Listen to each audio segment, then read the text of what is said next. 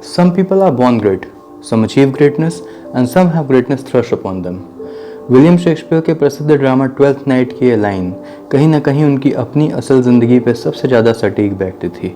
खास करके इस लाइन का आखिरी हिस्सा, some have greatness thrust upon them. Shakespeare की ज़िंदगी का रहस्य कहीं ना कहीं कुछ ऐसा ही था। हालांकि रहस्यों से भरी पूरी ज़िंदगी थी विलियम शेक्सपियर की। आज 23 अप्रैल 2023 को विलियम शेक्सपियर की पैदाइश को 459 साल यानी 459 ईयर्स हो गए हैं। तो आज इस मौके पे हम लोग उनकी ज़िंदगी से जुड़ी कुछ अहम मुद्दों पर बात करने वाले हैं। हालांकि मैंने उनके ऊपर पहले भी एक वीडियो बनाया है उनकी आइडेंटिटी कॉन्फ्लिक्ट को लेकर के कि who was the real William Shakespeare. तो उस वीडियो का लिंक भी मैं इस वीडियो में मैं डिस्क्रिप्शन में डालूंगा, जो कि आपको आसानी से मिल जाएगा और आप वहाँ से उन सारी चीज़ों को जान सकते हैं। लेकिन उससे पहले ब्रीफली हम थोड़ी सी बात ज़रूर कर लेंगे विलियम शेक्सपियर के बारे में।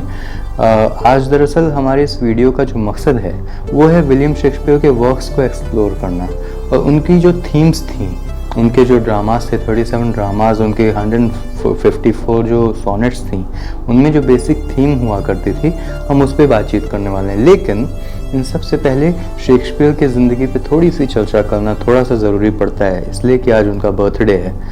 तो आज शेक्सपियर की मौत को लगभग 500 साल पूरे हो जाने के बावजूद ऐसा क्यों है कि उनसे जुड़े हुए बहुत सारे रहस्य बने हुए हैं। आज बहुत सारे साल से रिसर्चर्स उनके ऊपर काम करते रहे और नई नई थ्योरीज लेकर के निकलते रहे, जिसमें से जो सबसे बड़ी कॉन्फ्लिक्टिंग बात निकल कर के आई है वो ये है कि विलियम शेक्सपियर का नाम का जो आदमी जो स्ट्रैटफोर्ड से आया था वो पढ़ा लिखा नहीं था। यानी कि स्ट्रैटफोर्ड से जो भी डॉक्यूमेंट्स बरामद हुए हैं विलियम शेक्सपियर से रिलेटेड, उसमें कई जगहों पे एक तो बहुत ही भद्दी हैंडराइटिंग में उनके अपने सिग्नेचर्स भी हैं। लेकिन हालांकि हैंडराइटिंग को लेकर कई बार लोग आर्गुमेंट करते हैं कि डॉक्टर्स की भी हैंडराइटिंग ख़राब होती है, लेकिन इसका ये मतलब नहीं है कि वो अनपढ़ होते हैं। लेकिन एक चीज़ और है कि उनकी जो सिग्नेचर्स हैं उसमें वो खुद के भी नाम में स्पेलिंग मिस्टेक्स कई जगह कर रहे हैं, तो जिससे महसूस होता है कि उनके पास जो एजुकेशनल क्वालिफिकेशन था वो शायद ना के बराबर था। स्ट्रैटफोर्ड में ग्रामर स्कूल था, लेकिन इस चीज़ की कोई पुष्टि नहीं हो चुकी है अभी तक कि वो उस ग्रामर स्कूल में गए थे या नहीं गए थे। हाँ, कॉलेज एजुकेशन उनको नहीं मिला था। हालांकि उनके ज़माने में क्रिस्टोफर मार्लोव, फ्रांसिस बेकन जैसे महान दिग्गज थे जो कॉलेज जाया करते थे, यूनिवर्सिटीज़ जा रहे थे, लेकिन और ज़्यादातर उसमें ट्रिनिटी कॉलेज के थे।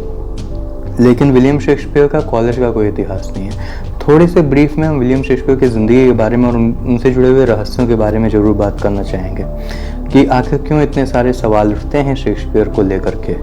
तो स्ट्रैटफोर्ड इंग्लैंड के एक दूर दराज के एवॉन नदी के किनारे स्ट्रैटफोर्ड नाम का टाउन, वहाँ के एक गाँव से आया हुआ विलियम शेक्सपियर। और अचानक से इंग्लैंड में मतलब लंदन आने की भी जो कहानी थी स्ट्रैटफोर्ड से, वो भी बहुत कमाल की थी।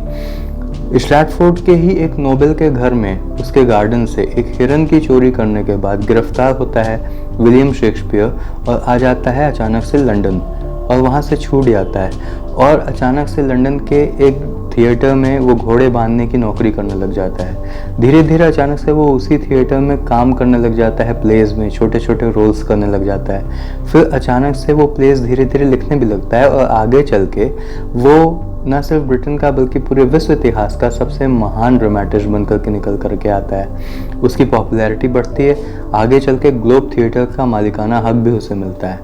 अचानक से ग्लोब थिएटर में आगे चल कर के आग लगती है और अचानक से अपनी पूरे करियर के पीक पॉइंट पे जब वो पॉपुलैरिटी की पीक पहुंच गया था, तो अचानक से विलियम शेक्सपियर स्ट्रैटफोर्ड वापस भी लौट आता है, जो कि थोड़ा सा स्ट्रेंज है।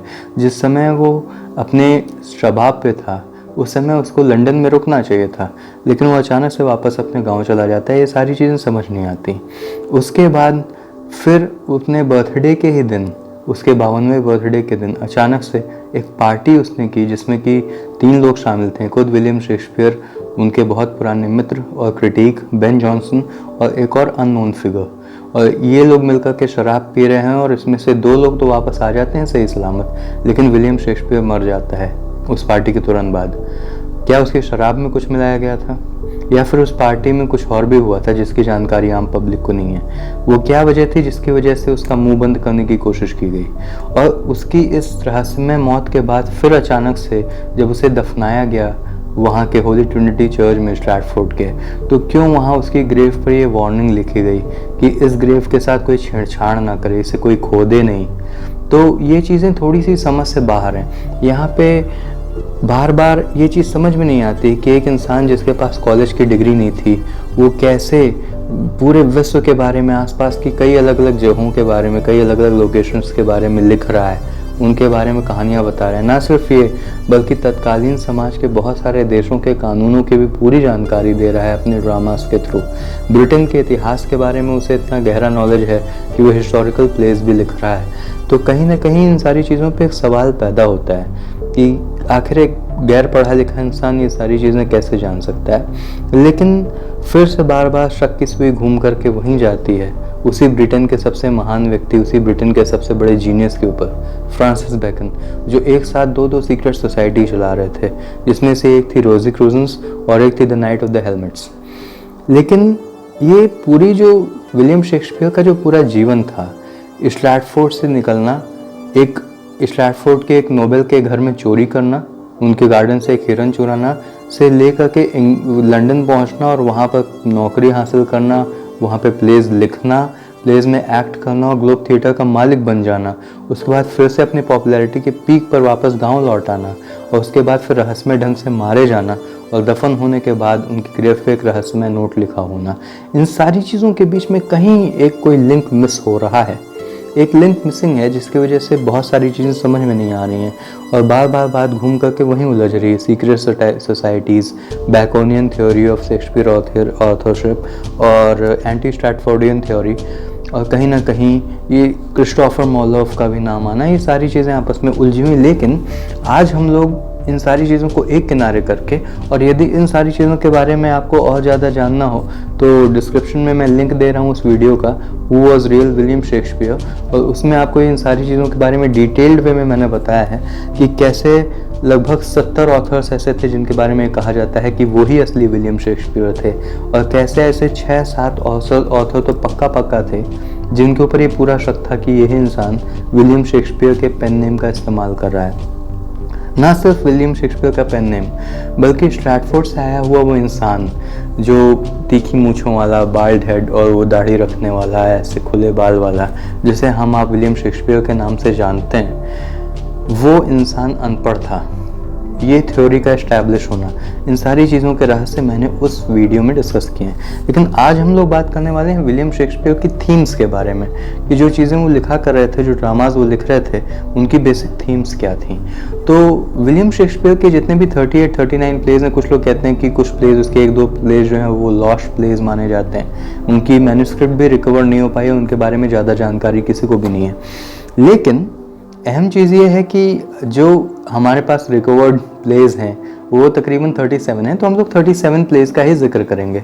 तो इन 37 प्लेज में बेसिकली 3 प्रकार के प्लेज थे विलियम शेक्सपियर के। एक थे हिस्टोरिकल प्लेज, जिसमें कि आपके Henry the 6 part 1, 2, 3, Henry the 4 part 1 and 2, Edward 3, Richard 2, Henry the 8, ऐसे कुछ ड्रामाज हिस्टोरिकल प्लेज थे जिसमें कि ब्रिटेन के इतिहास के बारे में और ब्रिटिश राजघराने के बारे में बहुत ही रहस्यमय जानकारियाँ एक लूजली बाउंड प्लॉट में समेट करके विलियम शेक्सपियर ने रखी थी।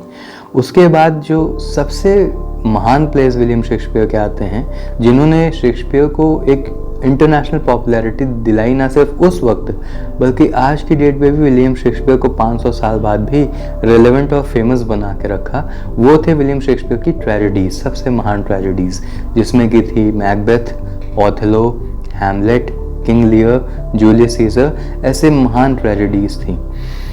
अब इन ट्रेजेडीज में कहीं ना कहीं क्रिस्टोफर मॉर्लोफ की झलक निकल कर के आती थी। जिस तरह की ब्लडशेड और ऐसी चीज़ें वो अपनी राइटिंग्स में डाला करते थे, वो कहीं ना कहीं क्रिस्टोफर मॉर्लोफ की छवि उसमें देखने को मिली।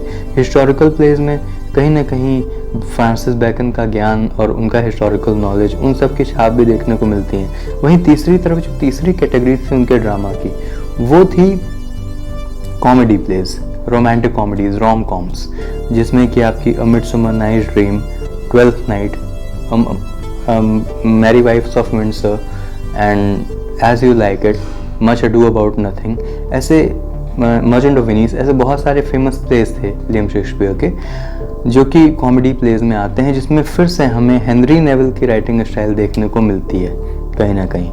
तो ये तो 3 प्रकार के उनके ड्रामास थे। अब अगर हम लोग बात कर लें विलियम शेक्सपियर के सोनेट्स की, तो जो 154 सोनेट्स थे विलियम शेक्सपियर की, उसमें एक तो जो पेट्रार्कन स्टाइल था ऑफ राइटिंग द सोनेट्स, जो इटालियन सोनेट्स का एक पैटर्न था कि एक ऑक्टेव होता था और एक सेसेट होता था, एक 8 लाइन का एक स्टैंजा और एक 6 लाइन का स्टैंजा होता था। उस ट्रेडिशन को ब्रेक किया विलियम शेक्सपियर ने, और मतलब 3 क्वार्टरेंस, 4 लाइन के 3 स्टैंजा और बाद में एक कपलेट 2 लाइन का। तो इस तरीके से उन्होंने एक नई तरीके की इंग्लिश सोनेट्स लिखना शुरू की, शेक्सपियरियन सोनेट्स लिखना शुरू की। उसके अलावा इन 154 सोनेट्स में से 126 सोनेट्स ऐसी थी जो एक यंग मैन को डेडिकेटेड थी। अब वो यंग मैन कौन था, ये सवाल है, क्योंकि वो यंग मैन, उससे पहले वो शादी की सलाह दे रहे हैं विलियम शेक्सपियर, उसके बाद आगे चल के कई जगह पे ये देखने को मिला है कि वो विलियम शेक्सपियर के एक ऑब्जेक्ट ऑफ डिज़ायर भी थे। अब वो यंग मैन कौन थे, वो अर्ल ऑफ साउथहैम्पटन भी हो सकते हैं जो कि उनके पैट्रॉन थे, और दूसरी तरफ वो क्रिस्टोफर मॉलोफ भी हो सकते हैं जैसा कि एक हॉलीवुड मूवी में दिखाया गया। लेकिन इस चीज़ से कहीं ना कहीं एक बात झलक करके बार बार आती है जिसे रिसर्चर्स बार बार पुट फॉरवर्ड करते रहे हैं, और वो ये है कि विलियम शेक्सपियर या तो होमोसेक्सुअल थे या फिर बायसेक्सुअल थे, उनका ऐसा टेस्ट था, इसलिए कि यंग मैन को लेकर के उनकी डिज़ायर्स जो थी वो बहुत ज़्यादा इस तरीके से थी जिसे उन्हें बार बार उन्होंने एक्सप्रेस किया।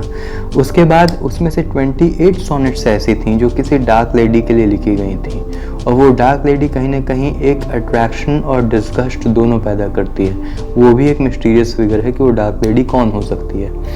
अब ये तो सोनेट्स की बात हो गई विलियम शेक्सपियर की, लेकिन अब एक बार फिर से अगर हम देखते हैं कि और क्या कुछ चीज़ें हमें देखने को मिलती थी विलियम शेक्सपियर के प्लेज में, जैसे कि सॉलिलिक्वी, एक ऐसे साइकोलॉजिकल स्टेट ऑफ माइंड का जिक्र हुआ जिसमें कि इंसान एक पर्सनल डायलॉग में आ जाता है, यानी स्ट्रेस की सिचुएशन में एक पर्सनल डायलॉग जिसमें वो कुछ उसके इमेजिनेशन और रियलिटी के बीच की जो फाइन लाइन है वो कहीं ना कहीं गायब हो जाती है, और वो सॉलिलिक्वी का फेज़ आता है जैसा कि मैकबेथ में जिक्र हुआ है, जिसमें मैकबेथ को सॉलिलिक्वी देखने को मिली, फिर लेडी मैकबेथ के बाद सॉलिलिक्वी हुई, और फिर उसके बाद पोर्टर सीन जो उसमें सबसे खास था, जिसमें पोर्टर कहीं ना कहीं अपने आप को आइडेंटिफाई करने लग जाता है एज बेल्ज़ेबूब, जो कि हेल का रखवाला या हेल का गेट कीपर कह लीजिए, या फिर second hand of the Satan, the devil. वो अपने आप को बेल्ज़ेबूब के तौर पे पोर्टर जो उसमें था वो रिकॉग्नाइज करने लग गया था। मतलब बार बार जब आकर के लोग दरवाजे खटखटा रहे थे तो वो इस तरीके से रिएक्ट कर रहा था। तो ये बात हो जाने के बाद एक तो सॉलिलिक्वी एलिमेंट का इस्तेमाल हुआ, दूसरी बात सुपरनैचुरल एलिमेंट्स का बहुत ज़्यादा इस्तेमाल हुआ है शेक्सपियर के प्लेज में, जैसे मैकबेथ की शुरुआत में 3 विचेस का नज़र आना, उसके बाद हैमलेट की शुरुआत में किंग ऑफ डेनमार्क का नज़र आना, उसके घोस्ट का। मैकबेथ की फीस्ट में बैंकों का भूत आकर के शामिल होता है। ऐसी चीज़ें जूलियस सीजर में ब्रूटस को जूलियस सीजर का भूत देखने को मिलता है। तो कहीं ना कहीं ये सारी चीज़ें जो सुपरनैचुरल एलिमेंट्स हैं वो भी बहुत ज़्यादा देखने को मिलते हैं विलियम शेक्सपियर के प्लेज में। उसके अलावा एक चीज़ जो ध्यान देने लायक है वो है लोकेशनल सेटिंग्स। विलियम शेक्सपियर कहीं तो मर्चेंट ऑफ वेनिस में रीडर को इटली पहुंचा दे रहे हैं, कहीं अ मिडसमर नाइट्स ड्रीम में वो ग्रीस की सेटिंग रख रहे हैं, कहीं वो मैकबेथ में स्कॉटलैंड पहुंच जा रहे हैं, कहीं हैमलेट में उन्होंने डेनमार्क की सेटिंग क्रिएट की है, कहीं पे किसी प्ले में एंटोनी क्लियोपाट्रा में वो इजिप्ट की सेटिंग क्रिएट करके दिखा रहे हैं। तो कहीं ना कहीं जो लोकेशनल सेटिंग्स थी विलियम शेक्सपियर की वो भी अपने आप में बहुत ज़्यादा वैरिड और बहुत अलग अलग थी, और ये भी कर पाना किसी सामान्य दिमाग के बस की बात नहीं है, खास करके कोई ऐसा आदमी जो पढ़ा लिखा ना हो। तो एक बार फिर से ये थ्योरी फेल होती है, और इतना सटीक वर्णन उन जगहों का वही इंसान कर सकता है जिसने उस ज़माने में जा कर के देखा हो उन सारी चीज़ों को, क्योंकि उस टाइम पे इंटरनेट तो था नहीं, और ये सारी जानकारियाँ जो आप घर बैठे उपलब्ध करा लेते हैं बिना कहीं गए वो तब नहीं होती थी। आपको आंखों देखी हाल ही बताना पड़ेगा अगर आप इतनी क्लियरली और इतनी बारीकी से किसी चीज़ को बता रहे हैं जैसा कि विलियम शेक्सपियर ने इन प्लेज में अपने दिखाया है। उसके बाद एक और थीम, एक और चीज़ जो एक और मुद्दा निकल कर के आता है वो है the women of William Shakespeare.